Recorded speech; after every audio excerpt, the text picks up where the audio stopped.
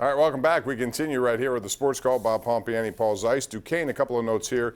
Their basketball game against Richmond will be on Saturday. That's an add-on after the game against George Mason for tomorrow has been postponed. Pitt will play tomorrow, so we'll see how that goes. But an interesting note here, Jared DiPaolo put it on Twitter about, all right, Paul, this is your team, Florida State here. How about get ready for Duquesne at Florida State in football, August 27th, 2022 at Doak Campbell Stadium.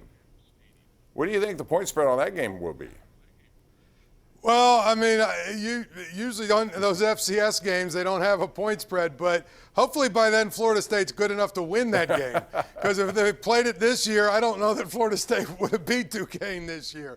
Yeah, I think it's cool that, these teams like Duquesne and Robert Morris are able to play, games like that. It helps them get some exposure, but also obviously financially it's good for them. But Bob, I mean, couldn't they play each other? That's something that they probably need to continue to try and figure out how to do. Yeah, interesting. All right, the one big item that we haven't heard much on so far this week, it's supposed to be happening, is a meeting between Ben Roethlisberger and the Steeler front office, including Art Rooney II.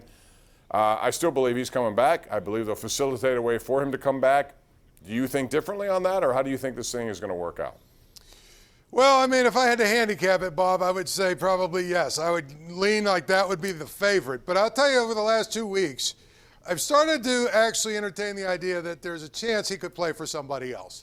I'm not saying that will happen, but with all that's going on with the Steelers, Pouncey gone, Vance McDonald gone, the fact that Alejandro Villanueva's gone, they're probably not going to bring Juju Smith-Schuster back. They might not even. They're likely not to bring James Conner back. I mean, he's going to walk into a locker room full of guys that he doesn't really even know or have much in common with. It might be one of those things where he's like, you know what? I don't know that I really want to do it under these conditions. So I think he'll be back with the Steelers, but I've actually entertained the idea that he might play somewhere else.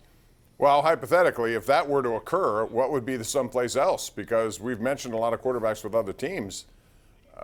I don't know. Well, if he's released, and that's what it would take, I imagine here, he's probably looking at a $25 million one-year contract, wouldn't you say? That's what the going rate is. At least it was last year with Phillip Rivers.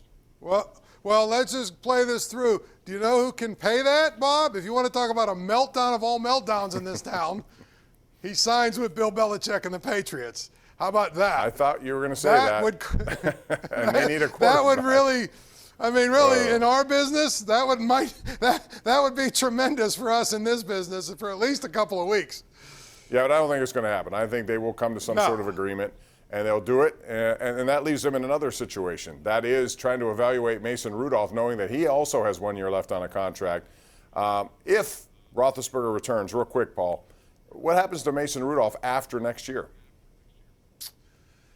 It's a great question, Bob, because I would assume he'll go somewhere where he might have a chance to start, or the Steelers give him maybe a 2-year extension because they still think that he can be the guy. I mean, he's probably the one that I think Ben Roethlisberger's decision affects the most, obviously. But if you were him, and Roethlisberger was coming back, wouldn't you ask for a trade to one of these other places? Yeah, we're out of time, Paul, but it's going to be interesting. Thanks for being here tonight. We appreciate it. We'll see you again on Thursday night, and we need more time. I keep saying that. Good night, everyone.